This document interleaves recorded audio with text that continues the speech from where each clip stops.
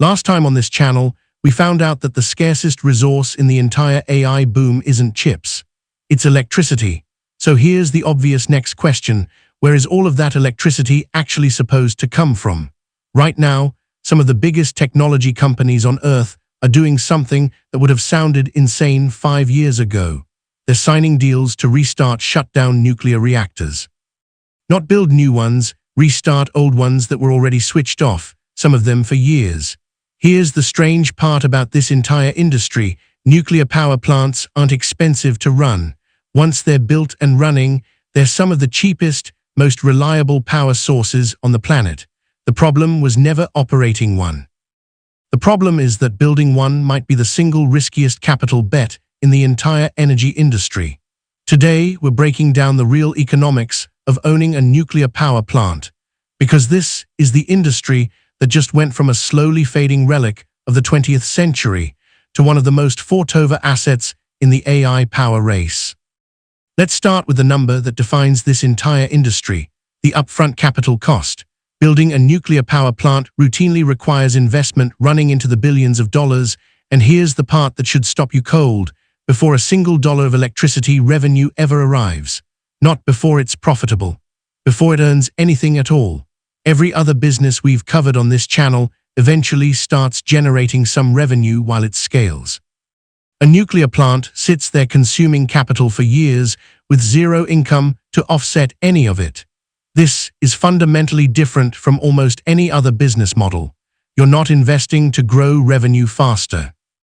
You're investing an enormous sum purely to reach the starting line, the moment the plant is finally allowed to switch on and start selling power for the first time.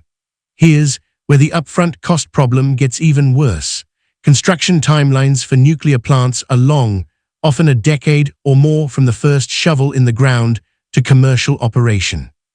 Which means owners are carrying financing costs, interest on borrowed capital, for years, while the project produces absolutely no cash flow to offset any of it.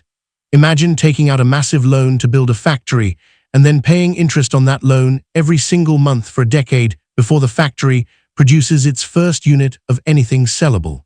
This financing burden compounds the entire time construction drags on.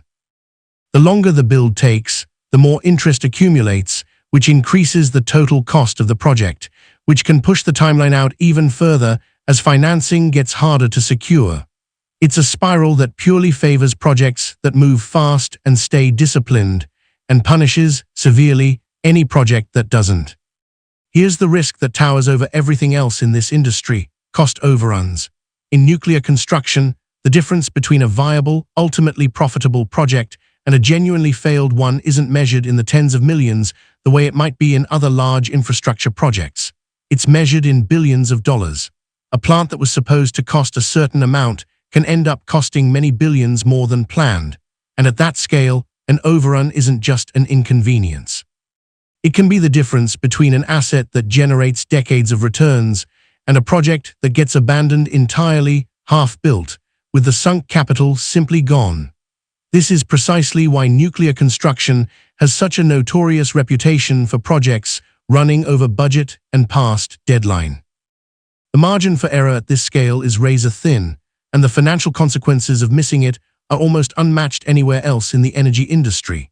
Here's the payoff: if everything goes right, a completed nuclear plant can be an extraordinarily large, extraordinarily long-lived asset, often designed to operate for 40, 60, even 80 years. But that entire value proposition rests on one condition: the plant actually has to reach operation on time and on budget. A plant that comes online years late and billions over budget doesn't just cost more. It fundamentally changes the economics of the entire asset for the rest of its operating life, because that extra cost has to be recovered somehow, usually through decades of higher power prices or longer payback periods. The asset itself doesn't change based on how the construction went, but the economics wrapped around that asset absolutely do, and they can differ enormously between two physically identical plants, purely based on how disciplined the construction process was. Here's a fact that surprises people who assume nuclear economics work like other power plants.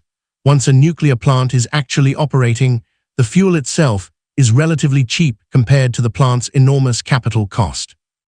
This is genuinely different from, say, a natural gas plant, where fuel costs are a dominant, ongoing expense that swings with commodity markets. In nuclear, the fuel is a comparatively small line item. The overwhelming majority of the plant's total lifetime cost was already spent years ago, before the plant ever generated a single watt, on construction, financing, and licensing, which means nuclear economics flip the usual energy cost structure on its head. It's not a story about managing an expensive ongoing input. It's a story about recovering an enormous upfront investment over as many productive years as possible. Here's why reliability isn't just an engineering goal in this industry, it's the core economic requirement. High capacity factors, meaning the percentage of time a plant is actually generating power at full output, matter enormously, because a nuclear plant only earns strong returns if it's running reliably for the vast majority of the year. Remember, the plant's costs were mostly locked in during construction. Once built, the plant needs to be running as close to constantly as possible to spread that enormous fixed cost across as much electricity output as it can generate. Every day a plant sits offline for unplanned reasons is a day where that massive capital investment is generating nothing to help pay itself back. This is exactly why nuclear plants pursue capacity factors far higher than most other generation types. Sitting idle isn't a modest inconvenience here. It's actively working against the entire financial logic of why the plant was built in the first place. Here's an ongoing cost that's easy to underestimate: staffing. Nuclear facilities require specialized engineers, trained reactor operators, dedicated security personnel, and full-time compliance teams, a workforce that's both highly skilled and, by regulatory necessity, always present. Unlike some other power generation types that can run with relatively lean staffing, nuclear plants operate under a permanent, non-negotiable staffing floor driven directly by safety and security requirements. This isn't a cost you can meaningfully cut during a rough quarter the way a struggling business might trim headcount elsewhere. The staffing level exists because regulation requires it, not because of a business decision, which makes it one of the more rigid, predictable, and unavoidable ongoing costs in the entire industry. Here's a cost category that barely exists in most other industries at this scale: continuous regulatory compliance. Regulatory oversight in the nuclear industry isn't a one-time approval process you complete before construction and then move past. It's expensive and continuous, adding recurring costs throughout the plant's entire operating life. Costs that smaller-scale power technologies typically don't face anywhere near the same intensity. Inspections, safety reviews, reporting requirements, licensing renewals, all of it continues for as long as the plant operates, decade after decade. This is part of why nuclear plants require such disciplined long-term financial planning. The regulatory bill doesn't stop once construction is finished. In many ways, it's just getting started.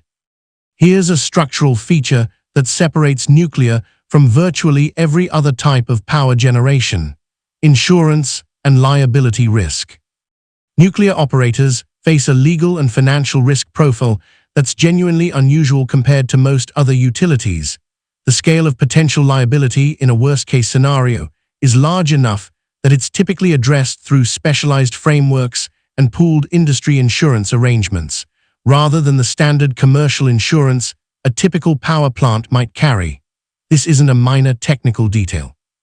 It shapes how nuclear projects are financed, how they're regulated, and how governments end up involved in the industry in ways they generally aren't for other energy sources. The tail risk profile of nuclear is simply structurally different, and every serious economic analysis of the industry has to account for it. Here's a cost most people never consider: maintenance shutdowns.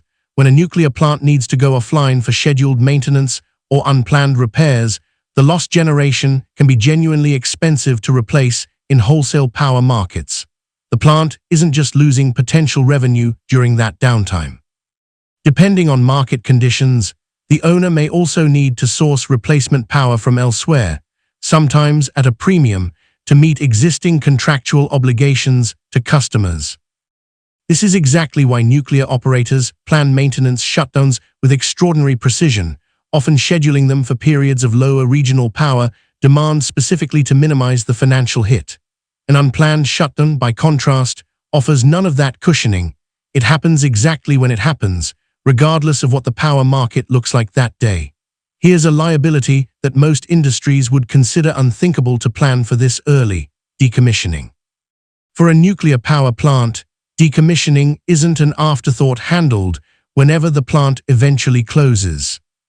Owners are required to plan and financially fund it decades in advance, often setting aside dedicated funds throughout the plant's entire operating life, specifically to cover the eventual cost of safely shutting it down and dismantling it. Think about how unusual this is. Most businesses don't set aside money today for something that won't happen for 50 or 60 years. Nuclear operators effectively have to.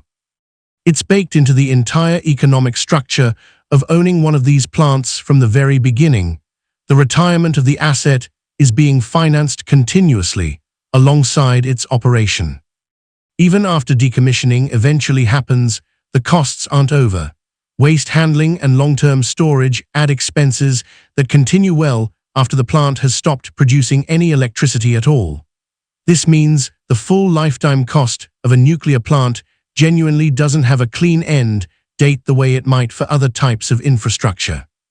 There's a long tail of ongoing responsibility and expense attached to the facility that extends far beyond its productive operating years, a cost structure almost no other energy source carries at the same scale or duration. By now it should be clear, nuclear plants absolutely can be profitable in the right market.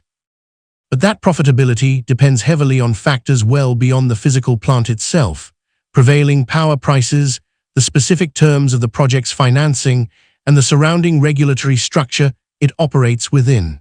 Two physically identical nuclear plants, built in two different markets with two different financing arrangements, can end up with dramatically different economic outcomes. This is why you can't evaluate nuclear economics purely by looking at engineering specifications or generation capacity. The financial environment the plant operates inside matters just as much as, if not more than, the plant's technical performance. Here's a strategic insight that reshapes how the smartest operators in this industry actually structure their businesses. Fleet ownership is economically stronger than owning a single plant. When an operator runs multiple nuclear plants rather than just one, shared expertise, shared financing arrangements, and shared operational best practices all improve margins across the entire portfolio. Lessons learned managing one plant's maintenance schedule, regulatory relationship, or staffing structure can be applied directly to the next one, spreading fixed overhead costs like specialized engineering talent across more generating capacity. This is part of why the nuclear industry has historically consolidated around a relatively small number of large, experienced operators, rather than featuring many independent single-plant owners the way some other energy sectors do. Scale isn't just helpful in this business, it's close to a prerequisite for doing it efficiently. Now let's connect this directly back to where we started. The AI and data center boom is renewing serious interest in nuclear power, and here's precisely why. Round-the-clock computing demand values firm, always on, carbon-free power far more highly than intermittent sources like solar or wind that fluctuate throughout the day. If you remember from our last video, data centers can't simply pause when the sun goes down or the wind stops. That AI compute demand from paying customers doesn't pause either. Hyperscale technology companies need electricity that's reliably available every single hour of every single day, at massive and growing scale. Nuclear is one of very few power sources that can technically deliver exactly that profile. This is precisely why some of the largest technology companies in the world are now signing deals to restart previously shut down reactors, rather than waiting years for entirely new plants to be built. The demand is urgent enough that reviving existing nuclear capacity that already cleared the hardest part of the economics, the initial construction, has become genuinely attractive again, in a way it simply wasn't a decade ago. If you take away only one idea from this entire video, let it be this: nuclear power is not expensive to run, It is expensive to build and finance. That single contrast explains almost everything strange about this industry: why fuel costs barely matter, why capacity factors are treated as sacred, why decommissioning gets funded decades in advance, and why the gap between a successful project and a failed one is measured in billions rather than millions. Every unusual feature of nuclear economics traces back to that same root cause: an enormous, front-loaded capital bet, followed by decades of trying to run the resulting asset as close to continuously as possible to earn that bet back. It's also exactly what makes nuclear simultaneously so risky and so attractive in the current AI power race. The technology genuinely fits what hyperscale power buyers need. The economics, though, still depend entirely on capital discipline, supportive policy, and the ability to keep a plant running reliably for decades after the hardest, most expensive part is finally behind it. So let's return to the question we opened with: where is all the electricity for the AI boom actually going to come from? Some of it from data centers doing their best to be efficient. Some of it from natural gas, filling the gap because it can be built fastest. And increasingly, some of it from an industry that many people assumed was fading into history: nuclear power, being pulled back into relevance not because the technology changed, but because the demand around it finally did. Nuclear was never the industry with a fuel problem or an operating problem.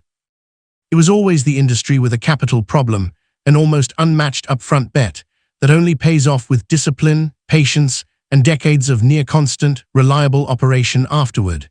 In a strange way, that makes it one of the purest examples of everything this channel has been about since our very first video. The flashy, obvious part of a business is almost never where the real risk or the real reward actually lives. If this changed how you think about the next headline connecting AI and energy, subscribe, because we're just getting started pulling apart the businesses hiding behind the headlines. See you in the next one.